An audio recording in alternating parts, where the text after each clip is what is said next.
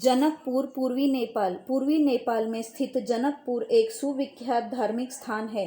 प्राचीन काल में राजा जनक मिथिला राजतंत्र के राजा थे। वे पुण्यात्मा थे। उनके राज में वहाँ की प्रजा सुखी और अत्यंत प्रसन्न रहा करती थी। पारिवारिक व्यक्ति होते हुए भी वे दुनिया की मोह माया से दूर थे, इसीलिए उन्हें विदेही यानी विरागी, शारीरिक चिंता से दूर रहने वाला व्यक्ति भी कहा जाता है। उनसे संबंधित एक शिक्षाप्रद कथा प्रचलित है।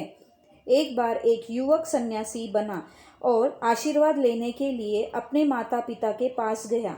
उसके पिता विद्वान थे। उन्होंने उससे कहा, जाओ और राजा जनक के पास जाकर शिक्षा ग्रहण करो। राजा जनक अपने बोधि ज्ञान से पहले से ही जान गए थे कि युवा सन्यासी उनके पास आएगा, इसीलिए उन्होंने अपने शयन कक्ष से सटे हुए कमरे में उनके रहने की व्यवस्था कर रखी थी।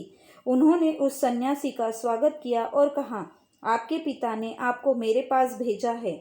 मैंने आपके ठहरने के लिए एक कमरे की व्यवस्था कर दी है।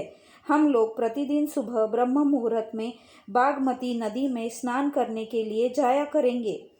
वे दोनों नियमित रूप से नहाने के लिए जाते थे। एक दिन हुआ यह कि जब वे लोग नदी में स्नान कर रहे थे तो अचानक महल में आग लग गई। राजा जनक उस दृश्य को देखने के बावजूद शांत चित्त से पितृयज्ञ करते रहे, लेकिन वह युवा सन्यासी नदी से निकल महल की ओर जाने के लिए उद्यत हो गया।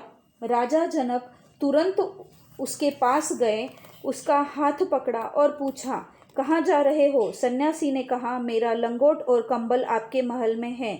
राजा जनक मुस्कुराए। उन्होंने कहा, मेरा पूरा महल जल रहा है और मैं बिल्कुल व्याकुल नहीं हूँ। आप तो सन्यासी हैं। आपसे यह आशा की जाती है कि आप सांसारिक आकर्षण और विकर्षण से दूर रहेंगे, और आप है कि मात्र एक लंगोट और कंबल के लिए व्याकुल होकर महल की तरफ भागने की तैयारी कर रहे थे। इसीलिए इस घटना से यह उपदेश ग्रहण कीजिए कि जो होना है वह होकर रहेगा। परम पुरुष इस सृष्ट जगत की हर एक घटना को नियंत्रित करते हैं। घास का तिनका भी उनकी इच्छा के बिना नहीं हिलता। सूर्य पूर्व से उदय होता है और पश्चिम से ढल जाता है।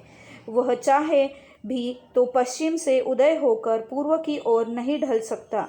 इसीलिए हमें परमात्मा के प्रति पूर्ण समर्पण का भाव रखकर उनकी इच्छा में अपनी इच्छा को मिलाकर अपना काम करते रहना चाहिए।